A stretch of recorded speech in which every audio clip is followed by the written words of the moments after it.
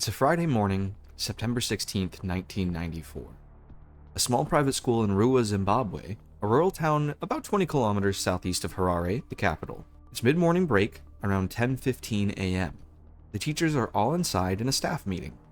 About 250 children, aged 5 to 12, are outside on the playground. There's only one adult at the tuck shop, a small stand selling sweets and drinks, but otherwise, the kids are unsupervised. Some of the children suddenly notice something in the sky. Silver object, glinting, moving erratically. Then, it descends toward the rough bushland beyond the edge of the school grounds, an area the children aren't allowed to go because of snakes and scorpions. The object appears to land, or hover, just above the ground, in a clearing among the trees about 300 feet from the playground those children are on. And then, according to 62 of those children, something gets out of the silver object.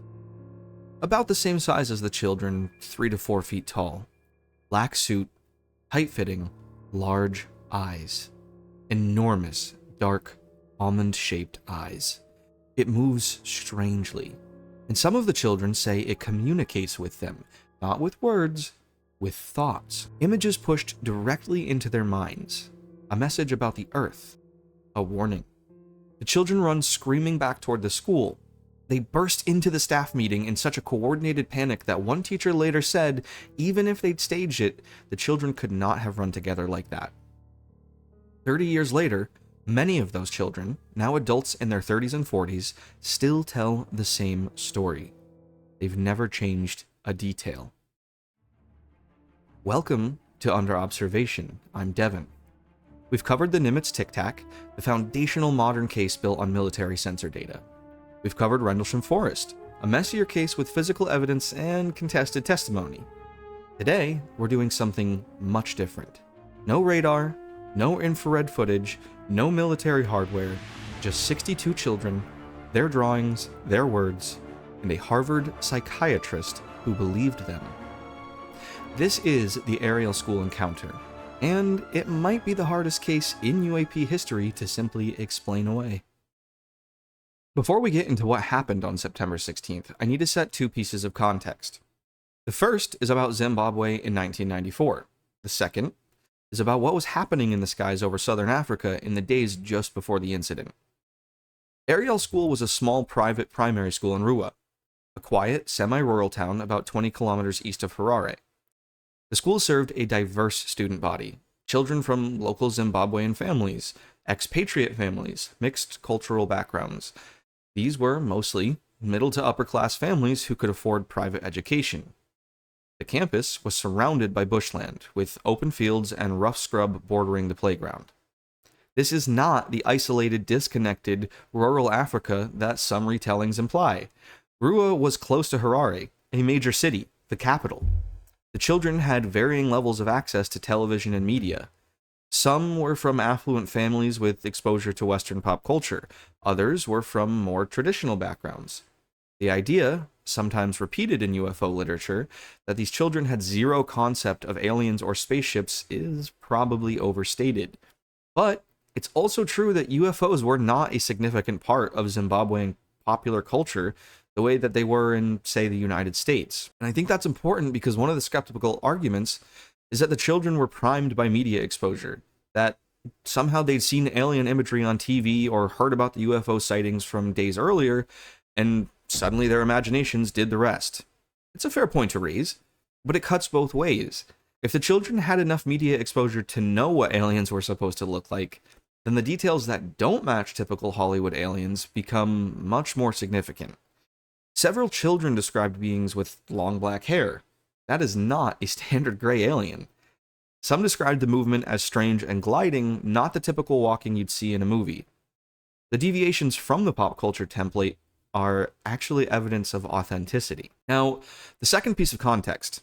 On the night of September 14th, 1994, 2 days before the Ariel School incident, something spectacular happened in the skies over southern Africa. Bright lights streaked across the sky, visible from Zimbabwe, Zambia, Botswana, most of South Africa. It was a major event. Thousands of people saw it, and it generated enormous excitement and media coverage. This has since been identified. It was the re-entry of the Zenit 2 rocket booster from the Cosmos 2290 Russian military satellite launch.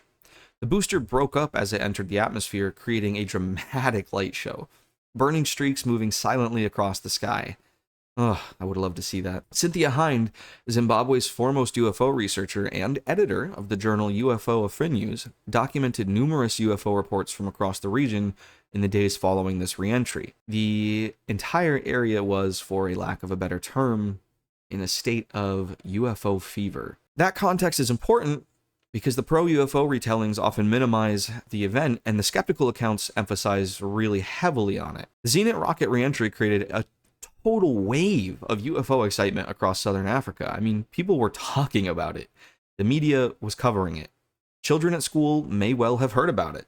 The question is whether this cultural priming is sufficient to explain what 62 children independently described 2 days later, or whether the re-entry excitement simply made people much more willing to report something that actually happened.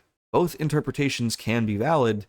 I'm not going to pretend otherwise. So, 2 days after September 14th and all of the excitement, Friday, September 16th, 1994. 10:15 in the morning, mid-morning break at Ariel School. The teachers are inside in a staff meeting, and about 250 children are outside on the playground. The only adult present is the woman running the tuck shop. According to the children's accounts, collected separately in the days and weeks that followed, the sequence of events went something similar to this. Some children first noticed silver objects in the sky. Several accounts describe multiple objects, possibly 3, with the largest one descending while the others remained airborne. Some children described the objects as disc-shaped. Others said they were more like silver balls. A few described a cigar or oval shape. This variation in descriptions is both a challenge and, arguably, a marker of authenticity. Real witnesses to the same event typically describe it slightly differently depending on their angle and attention. The main object descended toward the rough bushland beyond the school boundary, an area of tall grass, indigenous trees, and scrub that was off limits to the children, again because of snakes and scorpions. The object either landed or hovered just above the ground in a small clearing about 100 meters or 300 feet from the playground fence. The children gathered at the fence line to watch, and then they saw something else. I want to note before we move on that not all 250 children on the playground reported seeing this. About 62 of them did, which is roughly a quarter of the students. I think it's just under. Headmaster Colin Mackey confirmed this number. Some skeptics have pointed out that if a spacecraft landed 300 feet from 250 children, you'd expect more than a quarter of them to notice. That is a fair observation. The counter-argument here is that children are scattered across a playground doing different things. Some are playing games, some are at the tuck shop, some have their backs turned. Attention is selective, especially for young children. But it's worth sitting with the fact that roughly 190 children apparently didn't see anything remarkable at all that day. However, what the 62 children described next is what makes this case extraordinary. Multiple children, all interviewed separately, described seeing one or more small beings near the silver object. The descriptions were remarkably consistent across dozens of independent accounts. The beings were small, roughly the same size as the children. They wore tight-fitting black suits, or what appeared to be a single dark garment covering their bodies. Their most striking feature, repeated in account after account and drawing after drawing from these children, was their eyes. Large, dark, oval or almond-shaped, disproportionately large compared to the face. Some children described the skin as dark or even black. Some said it looked almost waxy. Several children mentioned long black hair. The beings moved strangely. Some children described a kind of gliding motion as if they weren't quite walking normally. At least one appeared to be on top or beside the craft. Others were seen hanging out near the tree line. And then there was the communication. Before we even talk about the communication, the drawings are a really crucial piece of evidence because even if it was only a quarter of the students on that playground, within days of the incident, Headmaster Colin Mackey had the children draw what they'd seen before they had extensive time to discuss it among themselves. About 35 drawings were collected by the time Hind arrived at September 20th. The consistency across those 35 drawings is striking. I mean, how do you coordinate that with young children striking? The drawings showed disc-shaped or oval craft. small figures with large dark eyes, trees, some showy beams or lights, hard to tell. These aren't identical, they vary in detail and artistic ability, as you'd expect from children aged 5 to 12, but the core elements repeat across dozens of their independent illustrations. Getting 35 children to independently draw the same basic scene with the same figures is very difficult to achieve through suggestion alone. Several children reported that the beings communicated with them. So not only do they have 35 of the same drawings, now they've actually had direct contact. Not through speech, but through what they described as thoughts being placed directly in their minds. Telepathic communication. And the content of that communication is what gives this case so much emotional weight. Multiple children independently reported the same exact message, the same thing. It was a warning about Earth. That humanity was harming the planet, and technology was being used destructively rather than for the benefit of humankind. That the environment was in a lot of danger. One child described it as the being showing her images of environmental destruction, trees dying, the Earth changing. Another said the being made her feel so scared about the future of the planet. These children were between 5 and 12 years old. This was 1994 in Zimbabwe. Climate change was not mainstream culture yet. Sure, we recycled, and yeah, in a town like Ruwa, they may have very well been keen to recycling and all of the above, but we were not climate change mainstream in 1994. The environmental message, delivered telepathically by beings that had just emerged from some random silver landed craft, is either the most elaborate collective fabrication by a group of grade schoolers, or something really extraordinary happened to the kids in the Ariel School encounter. You do want to be careful, because this is where it's easy to get swept up in the narrative and kind of lose that critical skepticism and distance. Children are really, really suggestible.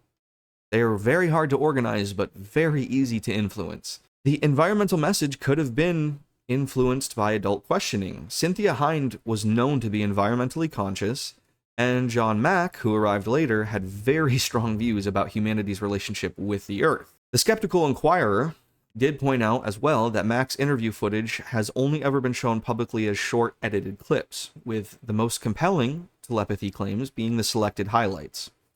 His full interviews have never been released publicly for independent analysis, though in 2023 his archives were donated to Rice University's Fondren Library. Until those archives are fully reviewed, we should probably hold the telepathy claims with appropriate caution. That said, the emotional response of the children is way harder to explain through simply suggesting this to 62 children, over half of which drew more or less the same scene. They ran screaming into this building. They didn't just imagine this. Some kid wasn't telling a story to his, army of listeners. They were terrified. They just saw and communicated with beings that were gliding across the ground that they could not explain. The visceral fear in children who had no reason to fabricate it is kind of the most compelling evidence in this entire case. I mean, you can coach a child to tell a story. It is so much harder to coach a child to act, let alone genuinely. The entire encounter lasted approximately 15 minutes, and then the beings returned to or near the craft, the object rose from the ground, and it departed. Silently, rapidly, and without any conventional propulsion signature that anyone observed. Now, with your eyes, that's typically, wind, or engines, jets, things that you can see pushing, manipulating. None of that was there. The children flooded back into the school, and when they told the teachers what they'd seen, they were initially dismissed.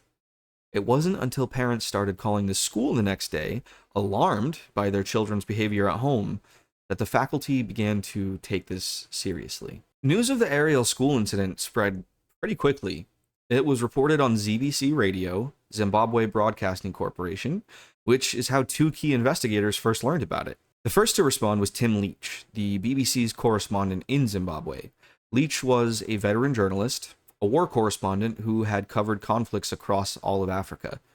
He visited the school on September 19th, 3 days after the incident occurred, and filmed interviews with children and the staff. His reaction, captured on tape, has become one of the most cited quotes in UAP literature. He said, and I quote, "I could handle war zones, but I could not handle this UFO thing. It just didn't make sense." The next day, September 20th, Cynthia Hind arrived.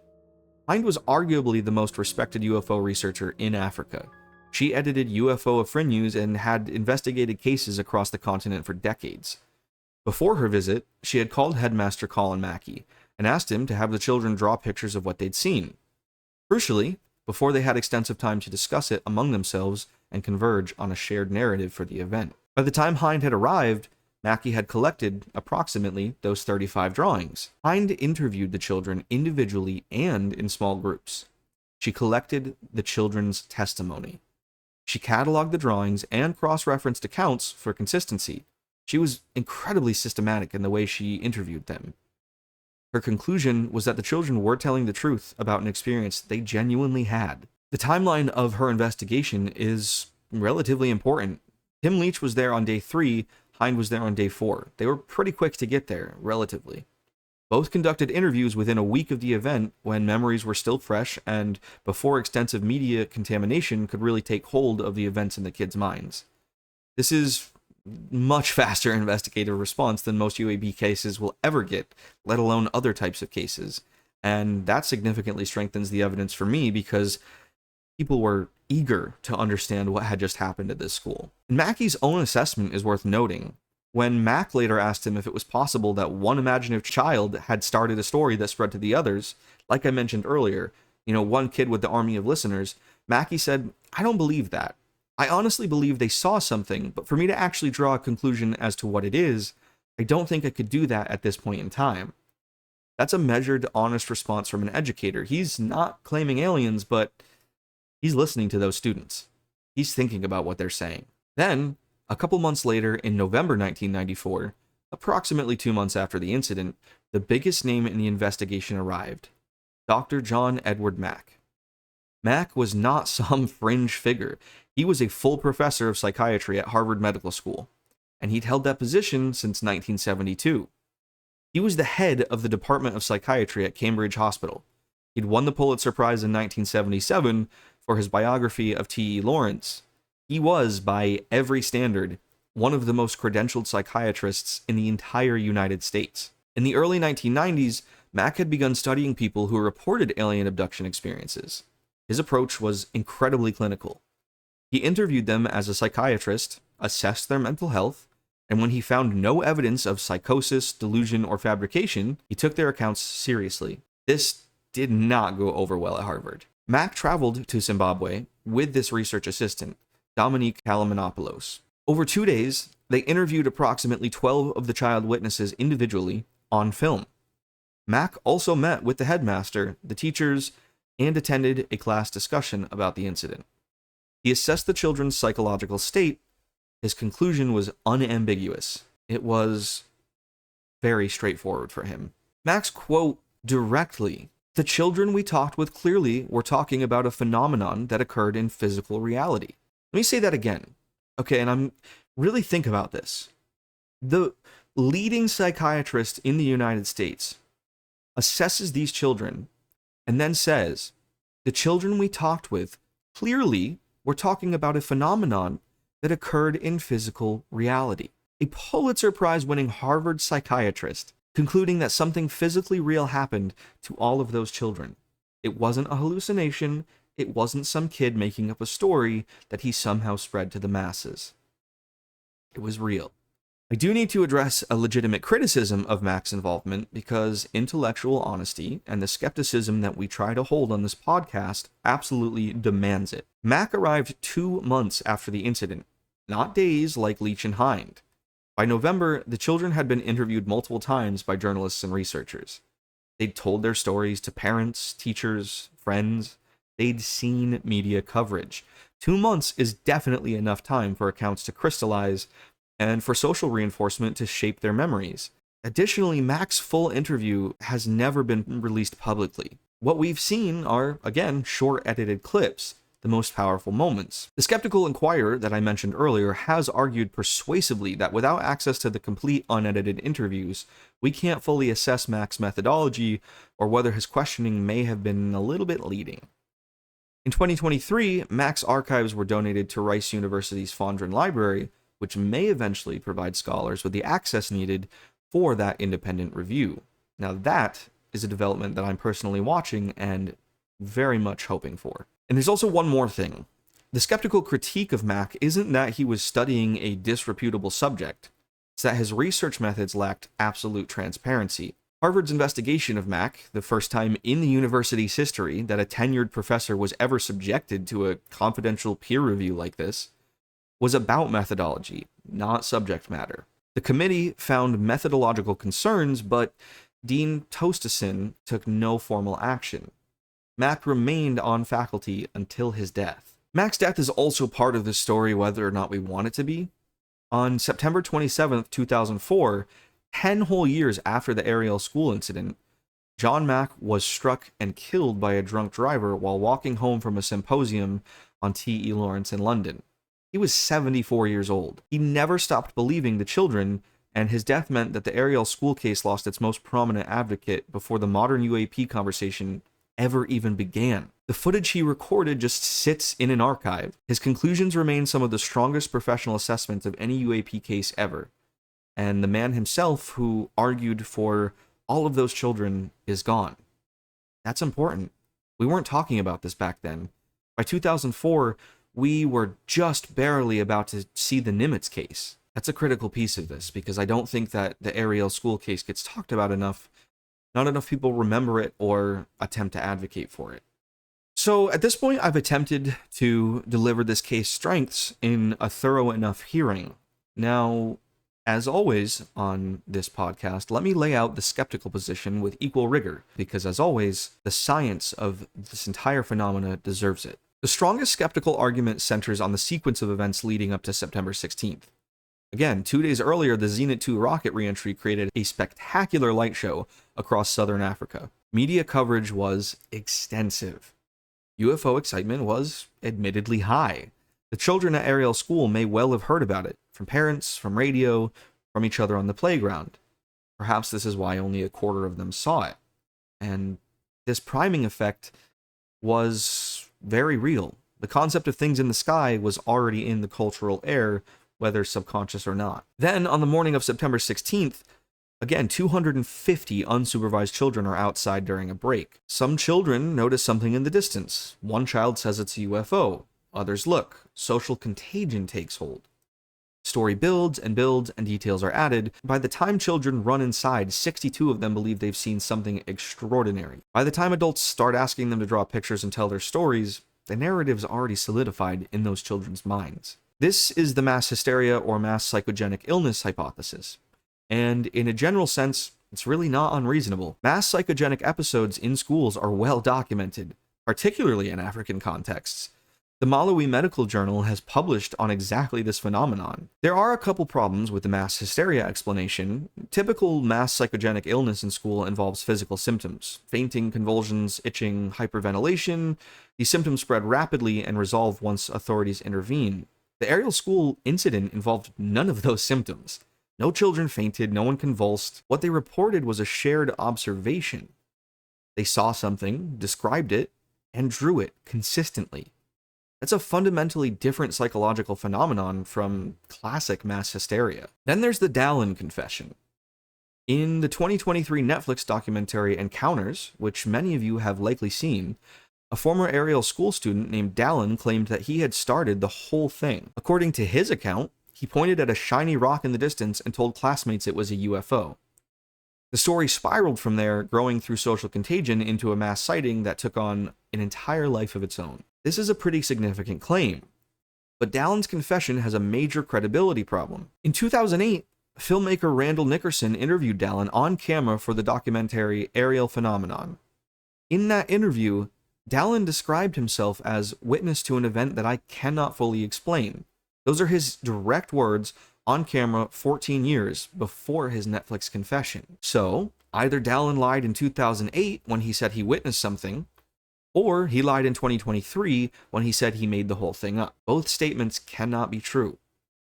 Researchers close to the case generally interpret the later confession as one witness's attempt to reframe a disturbing childhood memory rather than a definitive debunking. But I'll leave that judgment to you. You tell me how you feel about it. There are also more exotic skeptical hypotheses. A 2023 academic paper proposed that what the children saw may have actually been a dust devil, a naturally occurring vortex that can pick up debris, create a visible column, and move erratically across open ground. It doesn't explain the black suits, but it could explain some of the motion. In the dry September conditions of Zimbabwe, dust devils are actually pretty common. The paper suggests that a dust devil could explain the visual elements, a moving, spinning form near the ground, while the beings could likely have been vegetation or hanging fruit from Strychnus spinosa trees, or even debris caught in the vortex. Again, though, pretty hard to describe waxy black suits. It's a creative hypothesis. Whether it can account for 62 children independently describing humanoid figures with large almond-shaped eyes who communicated telepathically about the planet Earth, well, that's a stretch. But I mention it because the skeptical literature on this case is more sophisticated than just the kids made it up, and engaging with it makes the case stronger and more credible in my opinion. One of the most significant facts about the Ariel School case is that no adults saw the encounter. All of the teachers were inside at their staff meeting, and the tuck shop attendant, by all accounts, didn't see a single thing. There are no adult eyewitnesses to the entire event. This is one of the greatest weaknesses, and potentially a great strength, of the case. It's a weakness because children are more suggestible than adults. Their memories are more malleable. Their ability to distinguish between real events and vivid imagination is still developing, particularly at the younger end of the age range. Some of these witnesses were 5 and 6 years old. But it's a strength that no adults were there, because it means there was no adult present to shape the narrative in real time. No authority figure saying, "Look at that," or "That must be a UFO." The children's experience, whatever it was entirely their own. When they drew their pictures and gave their testimony, they were reporting what they themselves perceived, not what some adult told them they were seeing. The headmaster, Colin Mackey, handled the immediate aftermath about as well as you could ask. He did not dismiss those children, saying, no. He didn't hype the incident. He had them draw pictures, which is actually standard protocol for child psychologists working with young witnesses. He allowed investigators access. His public statements have been consistently measured. "I definitely feel they saw something," was his quote. Not, "Aliens landed at my school." That institutional sobriety is part of what gives this case its weight. The other adult story that matters here, I think, is Tim Leach, a BBC war correspondent, a man whose career was built on going to the most dangerous, chaotic places on Earth and making sense of what the heck was happening. He's covered conflicts. He's covered coups. He was not a man easily rattled. After 3 days of interviewing children at Ariel School, his assessment was, "I could handle war zones, but I could not handle this."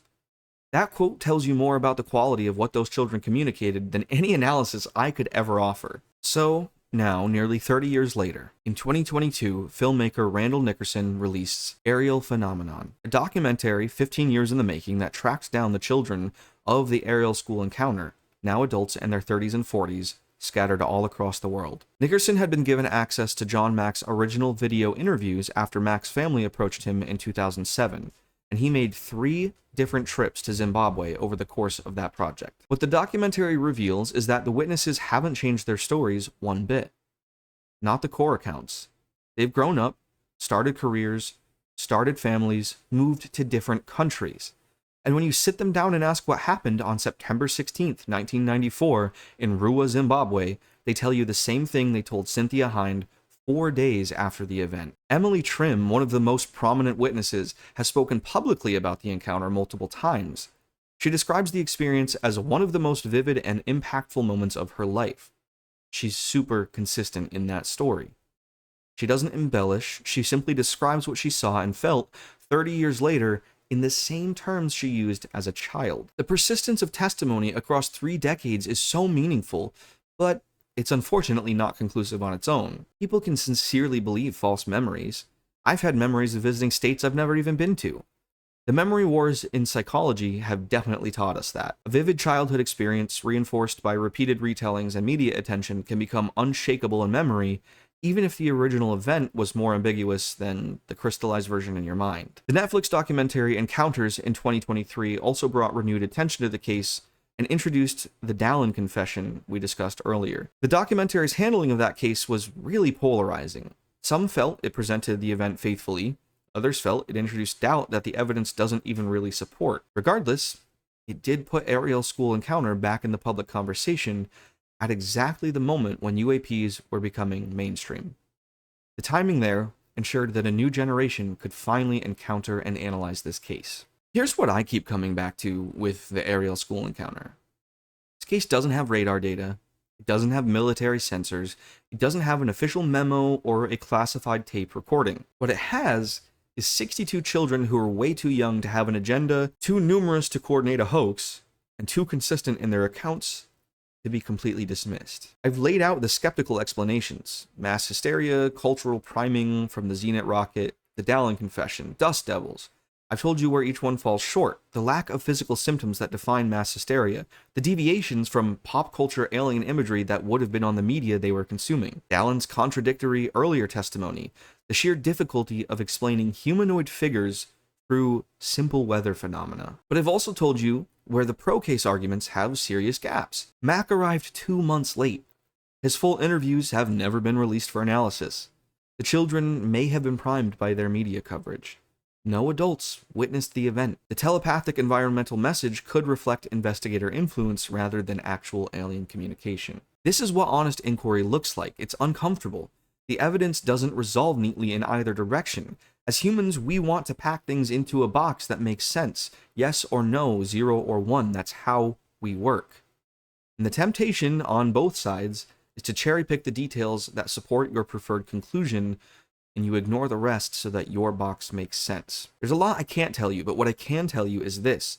Something happened at Ariel School on September 16th, 1994. 62 children experienced something that absolutely terrified them, that they described consistently, that they drew independently, and that they've maintained the same story of for 30 plus years. A BBC war correspondent couldn't make sense of this event. A Pulitzer Prize-winning Harvard psychiatrist believed all of those children and paid a professional price for doing those studies.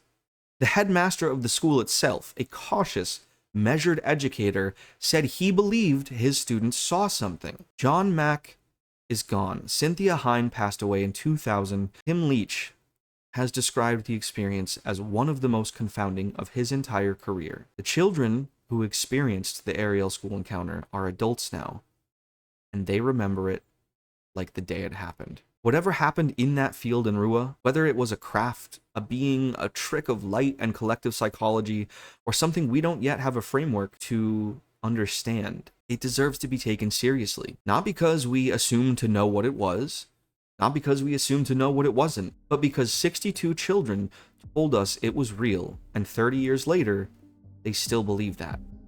We are under observation. The question is, by what? Thanks for listening to episode 3 of Under Observation.